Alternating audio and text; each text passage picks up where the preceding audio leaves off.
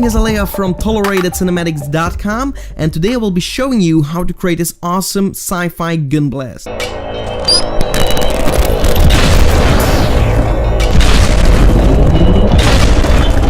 Alright, so that looks pretty cool. I have some footage for you with a link in the description. You can download it and you can import that in After Effects and just put this in a new composition. The first thing that I will do is change my composition settings to 32 bits per channel for the color right here, and then we can get started. So I'll find my positions where I actually release a shot. You can also press L on the keyboard twice, and then you're going to see these kind of spikes in the audio, and this should be when I pull the trigger. This is going to be some audio, and then you can use that as a reference where you will be shooting your gun. So I will press M on the keyboard, L twice on the keyboard, and then you can click on the asterisk on your keyboard, and that's going to make a marker just like this. You can go over here and you can make another one, so right over here, and just keep doing that for all the shots you want to make. Of course, you're only going to concentrate on one of these shots as they are all the same, so it doesn't really matter. I have a little bit of issues right here because my green screen was cut off here. So the first thing that I will do is create a new layer, new solid, or actually you can go to composition settings and just change your height to something like 800. That's going to make it look widescreen like in most movies, and then you can just position your shot to be a little bit better into place. And there we go, it's going to look a little bit better as well. So something like this looks fine.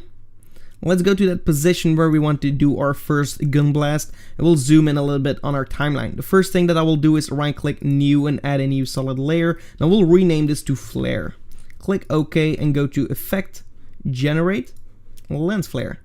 And of course this lens flare doesn't look nearly as good, but we can change the lens type to a 105mm prime, and then just click on toggle the switches until you see this mode and change it to a screen. Then reposition it to the beginning of your gun right here, and we can just increase our brightness, something like this. Click on the keyframe for the brightness, go one frame backwards using the page up key. You can do so and just set this back to 0. So now you have an initiate blast right here. You can move one frame further and maybe change it to something like 50. Well, 50 is a little bit too low, but we can increase it like so, and also click on the stopwatch for the flare center.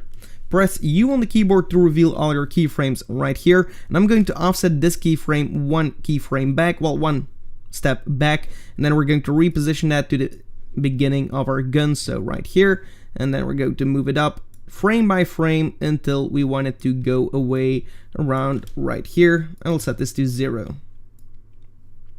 Now if we're going to preview this, I'm going to press B here and N on the keyboard here, so we trim our comp like so, and then I'm going to do a simple preview.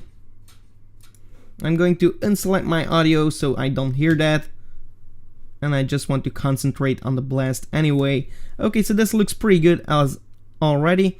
I'm going to create a new solid layer right now, and I'm going to rename this to lightning. I want my gun to give it some kind of lightning, so we're going to search in the effects and preset for advanced lightning right here. We're going to apply that to that solid layer. Now we'll have something like this. We can change the lightning type to a strike. Move the beginning right here to the beginning of your gun. You can also unselect your flare so you have a better understanding of where the beginning is, and then you can move this out of frame and just try to give it like that feeling so it looks like 3D. And there we go. We can also click on these stopwatches right here and move one frame back and move it down a little bit like so.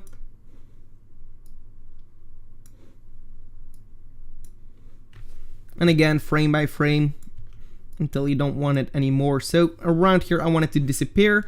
I will do this in the expert settings. You can open it up. You can increase the complexity if you want to get something more like this, and also go into the glow settings and just set this to opacity something like 10, so you don't have any opacity in there, so we don't need that actually. So we can also go in the core settings and increase the size a little bit because we actually want a very big lightning bolt like so.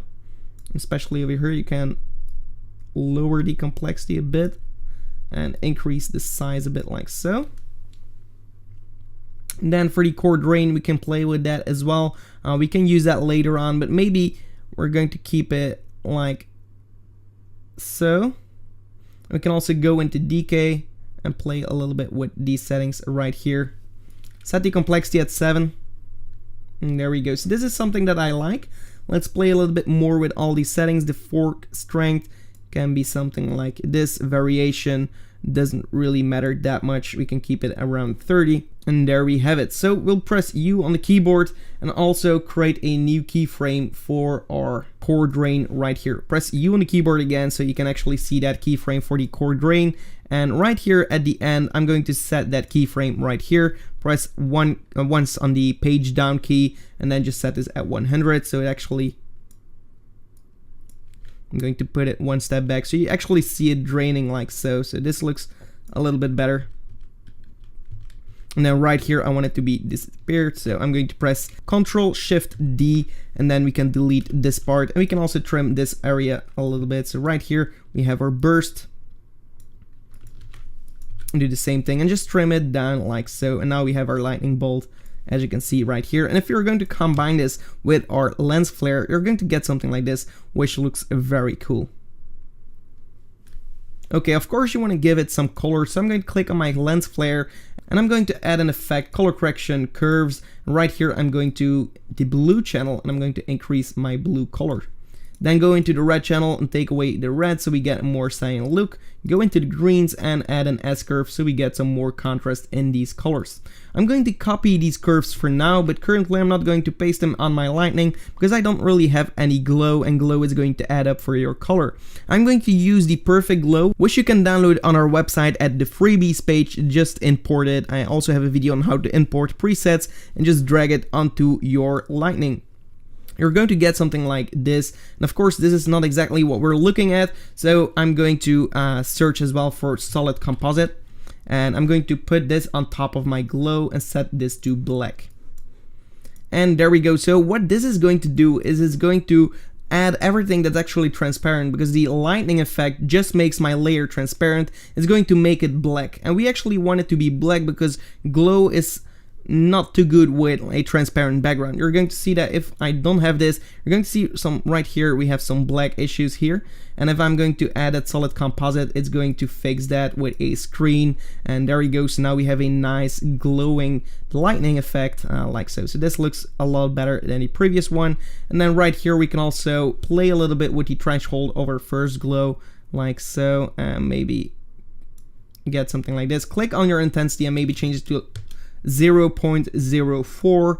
we get something like this, and we can even set this to 0, and maybe this can be a little bit higher, 0.08, and there we go. And just increase the threshold again a little bit. Okay, there we go. So play around with all these settings. Maybe we can go for 1. And there we go. So now we have a little bit of glow in our lightning, and the only thing you want to do is copy the flare curves right here to our lightning. And you can see right here we don't have a lot of detail, so you can also play with the keyframe of your threshold. So like right here, you can click on the threshold for the glow and then go one frame backwards and just increase it until you can see something in your lightning as you desire. Something like this looks pretty good. And then right here we have less glow, and it's yeah, a little bit better fit for our lightning effect. So let's do another preview. And there we have some color in our flare. This looks pretty good as well. What you can do as well is add some sparks. We're going to release a pack really soon, so maybe a link will be in the description by the time you are watching this video. If you are not new, you can make your own sparks or wait for that to come out, and then you can add that on top as well. To give you a little idea, I just imported it right here, and I'm going to put my sparks right here, set this to screen, and let it play like so. And I'm also going to right click, transform, flip horizontal, and just reposition it like so.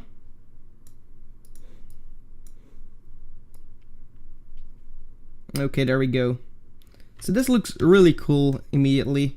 And of course you can click on these and go to effect, color correction, hue and saturation, and just change these colors to be something like a nice blue color. And this is a little bit too much actually. I'm going to lower the hue and saturation right here. So I'm going to lower the saturation a little bit. Okay, there we go. So more towards the white color. And let's see what this is going to give us as results. And actually I also want to make it a little bit smaller. So I'm going to set my anchor point of this spark right here. press S on the keyboard, I'll lower it to something like 50, and this is going to give me a little bit better results.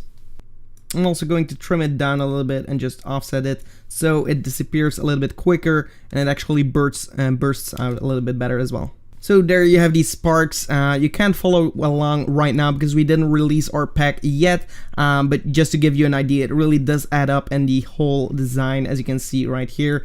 So that's basically a short overview, but what you can do as well is also add a new adjustment layer, and right here I'm going to add the ripple effect.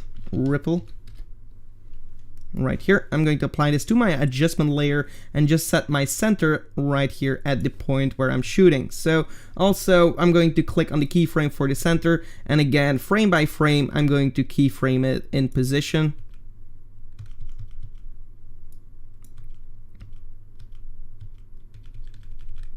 And after a while, you don't need to do it anymore because right here we actually want the ripple to still appear in the same position. So what you can do now is play with the height a little bit, and with the width, and of course the radius. And there we go. The width can be a lot bigger. We get something like so, and maybe not so much height and less width.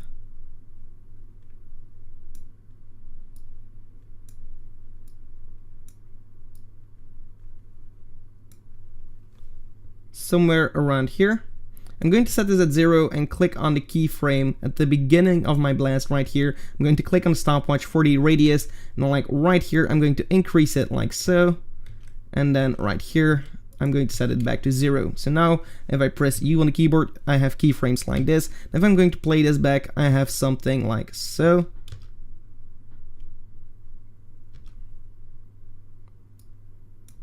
Can actually barely see it, so I'm going to offset this keyframe a little bit more.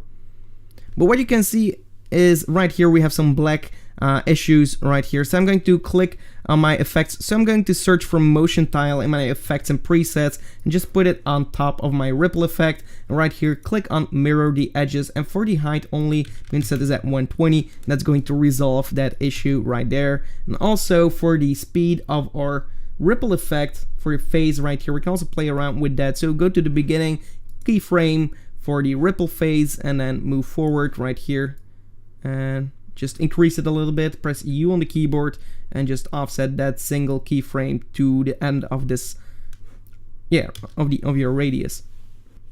And now we have something like this. It's very subtle, but it does add up, and you can actually put this in front of your flare right here. We actually want to warp just myself right here and not all these sparks. So this looks a little bit better.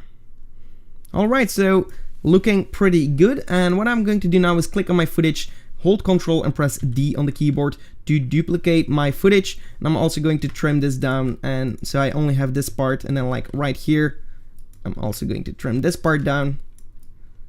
So now I have this portion of my footage, and I'm going to set it to add. Then I'm going to pick my pen tool right here, and I'm going to draw something like this to give my reflection of the blast. Press F on the keyboard once you have made your mask and just feather it out a little bit like so. And go to the beginning, press T on the keyboard for the opacity, move one frame forward, maybe one right here we can still keep it at 100. And then right here we want it to be something like 0. And now we have a short reflection burst on ourselves. We can click on our footage and go to Effect, Color Correction, Curves, and also add some blue color in ourselves so it actually looks like it's reflection of our muzzle flash. And it's actually really subtle that I'm not sure if you actually need it because I don't really see the reflection, but yeah, it's just an option. If you have like less flare, you might actually notice it. But yeah, this is the result of our Sci-Fi Gun Blast. I hope you enjoyed this tutorial, and if you did, give it a like and also subscribe to the channel for more. Thank you so much for watching, and goodbye.